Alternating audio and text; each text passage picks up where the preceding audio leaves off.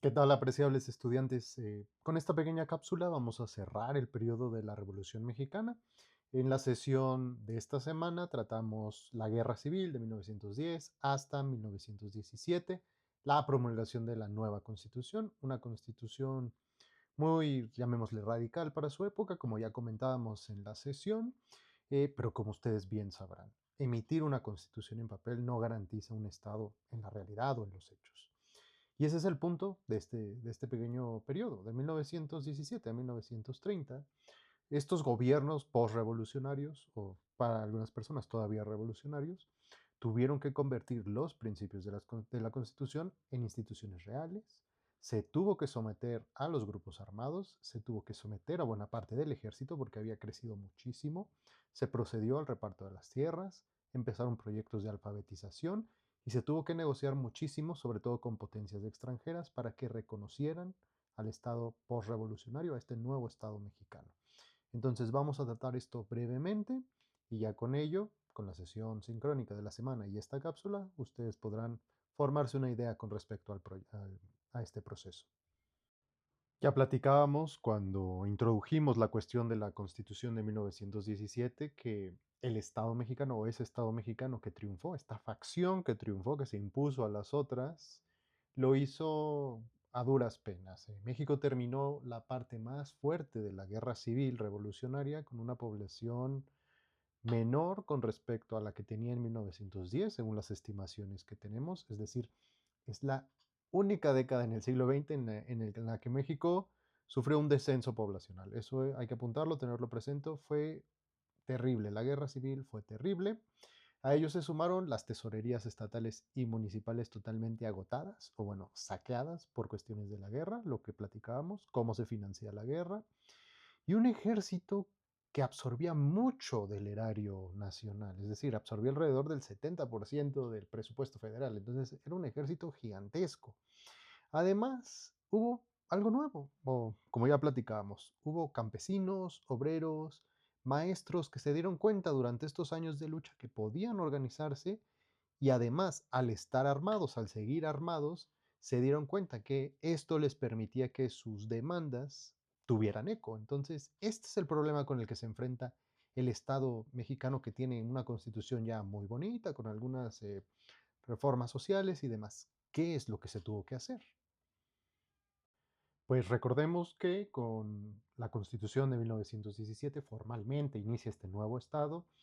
Venustiano Carranza asume la presidencia, se acerca el final de su periodo presidencial y bueno, muy claro en la Constitución, no hay reelección, entonces hay que ver qué sigue, se convocan a las elecciones y el candidato más fuerte que surge pues, es Álvaro Obregón, aliado de Carranza durante la parte difícil de la guerra, empieza a ganar popularidad, pero no era el candidato ideal para Carranza. Carranza tenía a alguien más en la mira, entonces pues empezó a meter, llamémosle coloquialmente, de su cuchara en las elecciones.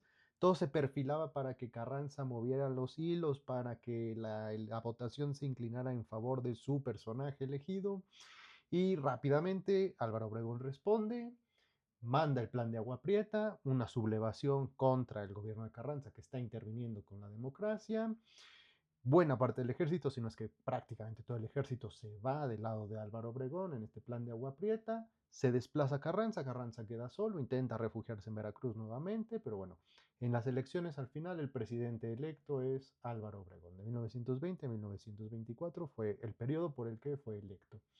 ¿Cuáles eran las cosas a las que se tenía que enfrentar el presidente Obregón en este momento? Bueno, en primer lugar, pactar.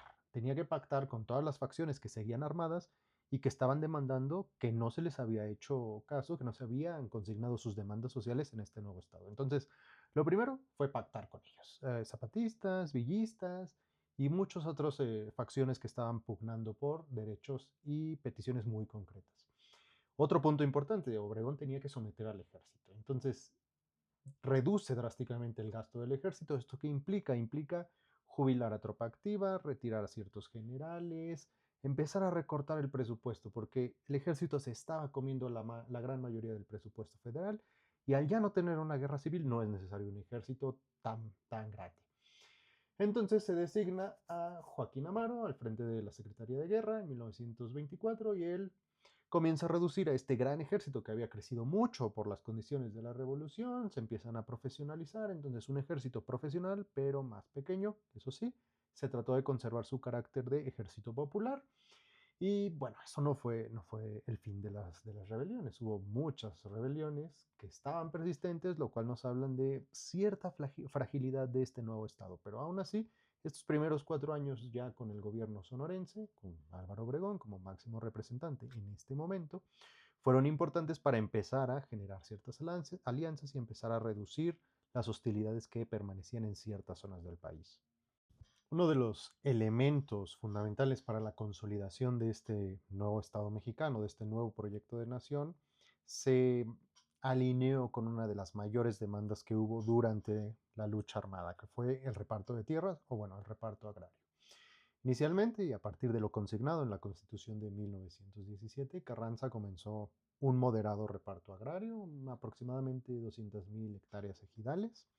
Posteriormente, Álvaro Obregón mantuvo el ímpetu del reparto agrario y se dio cuenta que era fundamental mantener el reparto agrario para empezar a consolidar las alianzas. Entonces, Obregón repartió un poco más de 1 millón de hectáreas ejidales y posteriormente con el sucesor de Obregón, con Plutarco Elías Calles, esta cifra del reparto agrario llegó más o menos a los 3 millones de hectáreas repartidas. Entonces, el reparto agrario en este momento se convierte en uno de los ejes, uno de los pilares fundamentales para sostener a este Estado, a este nuevo Estado mexicano. Sin embargo, hay un pero. Y el mayor pero que podemos mencionar con respecto al reparto agrario es que pues era un propósito totalmente político. Lo que se buscaba era traer al agrarismo, estos movimientos agrarios que buscaban reparto de tierras, pero que no eran, o más bien traer a este agrarismo no tan productivo, llamémosle así, pero sin afectar los intereses de los grandes latifundios. Es decir, los grandes terratenientes todavía permanecieron intocables hasta cierto punto. Así que esta estrategia del reparto agrario no es que haya sido tal y como se demandó durante la lucha armada, sino es que ciertas partes sí que se repartieron bajo esta figura de ejido. Tierras ejidales que se repartían de manera gratuita. Sin embargo, estas tierras eran inalienables e inembargables. Entonces, se les daban a las comunidades y las comunidades ya las tenían, sin embargo, no podían fraccionarlas para venderlas ni nada de este tipo. Y en este sentido, el presidente se posiciona, el Poder Ejecutivo, como la autoridad agraria suprema. El presidente es el encargado de hacer estos repartos, el encargado de ver la situación de los repartos, y es por eso que les digo que más bien el propósito en este primer momento era totalmente político. Afianzar alianzas, consolidar, tratar de mostrar que se estaba dando lo que pedían los agraristas, pero, como les insisto, el gran latifundio se mantuvo intocable.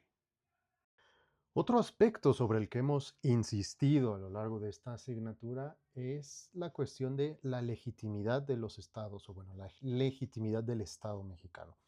Vimos que la legitimidad frente a otras naciones siempre fue fundamental, desde la independencia de México y todos los gobiernos que de alguna u otra forma llegaban por la vía de las armas, sufrían este problema de no verse legítimos frente a las otras potencias. Lo tratamos durante varias sesiones. La legitimidad frente a otras potencias permite el acceso a crédito internacional, que no haya intervenciones por parte de otras naciones, etcétera, etcétera, etcétera. En este sentido, este nuevo Estado en sus primeros años, en sus primeras décadas, bueno, no, en sus primeros años, se enfrentó con 3 elementos muy importantes. La cuestión petrolera, porque era fundamental para la economía mexicana y la Constitución alteró parte de la lógica en la que se habían dado las concesiones. La deuda externa, como siempre, algo que México ha arrastrado durante buena parte de su historia, y el reconocimiento de los Estados Unidos. En cuanto al petróleo, recordemos, el artículo 27 de la nueva Constitución concedía a la nación la propiedad sobre el suelo y el subsuelo. Entonces, eso generó cierta tensión con las petroleras. ¿Van a respetar nuestras concesiones? ¿Qué es lo que va a pasar? ¿Ya no son nuestras concesiones? Estaban estas dudas con respecto a qué se va a hacer con el petróleo. Era muy importante porque el impuesto petrolero llegó a aportar alrededor de 88 millones de pesos en 1922, es decir, alrededor de un tercio de los ingresos federales. No es cosa menor. Posteriormente, hacia 1923, ya las cosas un poco más tranquilas, se dan los tratados de Bucareli, en los que Estados Unidos reconoce a México, reconoce al gobierno de Álvaro Obregón, pese a que técnicamente llegó mediante un levantamiento armado. Y no fue un reconocimiento gratuito. A cambio del reconocimiento se pidió garantizar las concesiones que se habían dado a las empresas petroleras estadounidenses. Y bueno, para empezar a reconstruir este esquema, este sistema financiero mexicano después del debacle de la guerra y comenzar a poner este orden en la cuestión de la deuda, se fundó el Banco de México. Otro de los grandes proyectos que tenía que sostener este nuevo Estado mexicano y que de hecho era uno de los pilares fundamentales en la Constitución de 1917 era la educación laica y encabezada por el Estado. Entonces, se tuvo que crear una instancia, una institución encargada de la educación. Prácticamente fue la creación de la SEP, la Secretaría de Educación Pública, en 1921. Se coloca a un gran académico al frente, a un gran representante del movimiento educativo de esos años, José Vasconcelos. La intención y bueno, el primer objetivo, lo más prioritario en ese momento era combatir el analfabetismo. Hablamos de un analfabetismo de alrededor del 77% de la población. Eso era muchísimo. ¿Cuál fue la estrategia? Bueno, establecer distintas escuelas rurales y las llamadas misiones culturales con tal de llevar esta presencia federal, esta presencia de la SEP a todas las comunidades que antes habían estado desatendidas durante el periodo armado, que quedaron abandonadas, e incluso antes, durante el porfiriato, que no habían sido prioridad para la idea de educación que se tenía en ese momento. Se establecen además distintas bibliotecas, empieza todo un proyecto de publicaciones con el sello El Maestro, se difunden muchos clásicos y la idea de esto es, a partir de la educación, empezar a formar una identidad nacional homogénea. Había atisbos desde el porfiriato de una identidad nacional, pero a partir de este momento se le da un mayor impulso a esta identidad nacional homogénea. Además, esta alianza entre gobierno y campesinos a través de la educación permitió que poco a poco todo este agrarismo independiente pues fuera sometido, fuera obligado a incorporarse al agrarismo reconocido por el Estado. De la mano con el proyecto político, el proyecto económico y el proyecto educativo, surge toda una corriente cultural, artística, fundamental para ayudar a consolidar a este nuevo Estado. Y principalmente aquí nos referimos al muralismo y a las letras.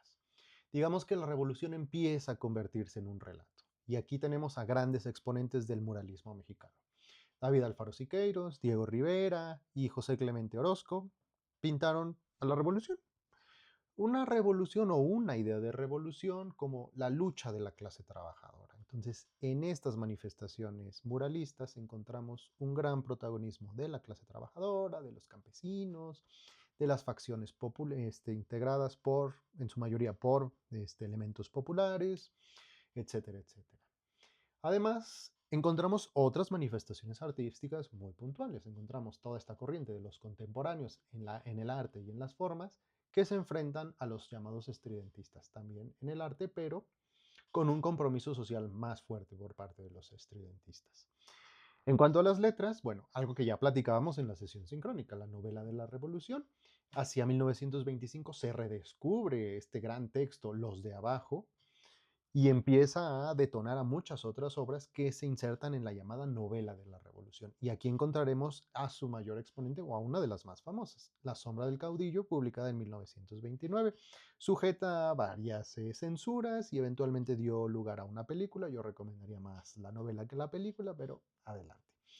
Y junto con esto empieza todo un gran proceso de establecimiento de modernización doméstica, se tienden las líneas para la infraestructura más bien para dar cabida al radio, el cine crece muchísimo, entonces todos estos elementos que además conviven en un país profundamente o mayoritariamente rural. Otro de los grandes retos que enfrentó este nuevo Estado y del que lamentablemente no vamos a poder dedicarle muchísimo tiempo fue el conflicto religioso, el llamado conflicto religioso y la guerra cristera. Eh, Surgió a partir o a raíz de varios artículos de la Constitución del 17 un gran anticlericalismo revolucionario. se empieza a rechazar mucho la participación de la iglesia, la intervención de la iglesia en ciertos espacios en los que anteriormente estaba en el día a día, y posteriormente hay una mayor radicalización, la llamada Ley Calles, en la que se reglamentó y limitó el culto y al clero. Entonces, como respuesta, el episcopado, los dirigentes de la Iglesia Católica, suspenden los cultos públicos y esto genera todo un levantamiento con una raíz católica muy fuerte, el llamado levantamiento bajo el Viva Cristo Rey, lo que da lugar a la Guerra Cristera. Un aproximado de 50.000 cristeros que están en armas, se levantan contra este radicalismo anticlerical y bueno, al final tuvo que haber una mediación por parte del embajador estadounidense para que el conflicto se apaciguara un poco, pero pensémoslo como un conflicto que respondió a una represión y a un anticlericalismo durísimo. Entonces, violencia siempre genera más violencia y es al menos el elemento general que podríamos destacar de esta guerra cristera. Lamentablemente les digo, no tendremos el tiempo para adentrarnos en los detalles, pero si alguien tiene interés en entrarle bien a este tema, escríbame y le mando algunas referencias para tratarlo con detalle. Y ya hacia el final del periodo que estamos tratando, bueno, este nuevo Estado se enfrentó a reducción del ejército, consolidar el proyecto político, consolidar el proyecto económico, proyecto cultural, educativo, etcétera, etcétera. Y hacia final, hacia 1929, la crisis mundial, la crisis económica mundial, pega en México también. Hay ahí algunas repercusiones que ya trataremos la próxima semana. Pero sobre todo en el ámbito político, bueno, ahí hay una serie de acuerdos. Álvaro Obregón termina su primer periodo, luego Plutarco Elías Calles lo sucede, él se enfrenta con toda esta cuestión de la guerra cristera, sigue el reparto agrario, y ahí hacen un pacto en el que ahora se permite una cierta reelección no consecutiva, entonces Álvaro Obregón vuelve a ser electo presidente, sufre un atentado contra su vida, muere como presidente electo, y bueno, eso da raíz o bueno, da lugar a que ya no haya la reelección se cancela totalmente y Plutarco Elías Calles diseña una estrategia para poder unificar a las facciones y hacer que esta sucesión del poder sea algo un tanto más pacífico, que ya no haya toda esta violencia que lo involucraba. Y fue la fundación de un partido único, el Partido Nacional Revolucionario, el PNR, justo para esto, para unificar a las facciones, crear grupos, un partido de Estado, y entonces ahí ya estas facciones alineadas al partido de Estado ponerse de acuerdo en quién sería el sucesor de la presidencia. Esto dio lugar al llamado Maximato, en el que Plutarco Elías Calles se posiciona como el jefe máximo y está detrás de los presidentes que se sucedieron, pero bueno, eso ya lo trataremos con mayor detalle en la sesión de la próxima semana. Y ya para cerrar esta no tan breve cápsula, yo aquí les dejo esta síntesis. En una década, el nuevo Estado sometió al ejército, o bueno, lo redujo profundamente, repartió tierras, muchas tierras, comenzó un proyecto de alfabetización y negoció con las potencias para que se le reconociera y se le permitiera reingresar al Concierto Internacional de Naciones.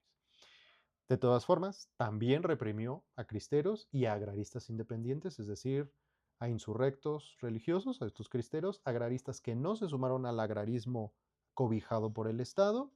Y yo aquí les tendería esta pregunta para que nos la quedemos y reflexionemos un poquito.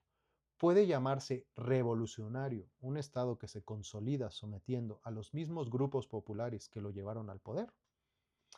Bueno, lo dejo ahí. Esta será la cápsula de esta semana y bueno, ya platicaremos con respecto a cómo se consolidó y se afianzó este nuevo Estado en la siguiente semana.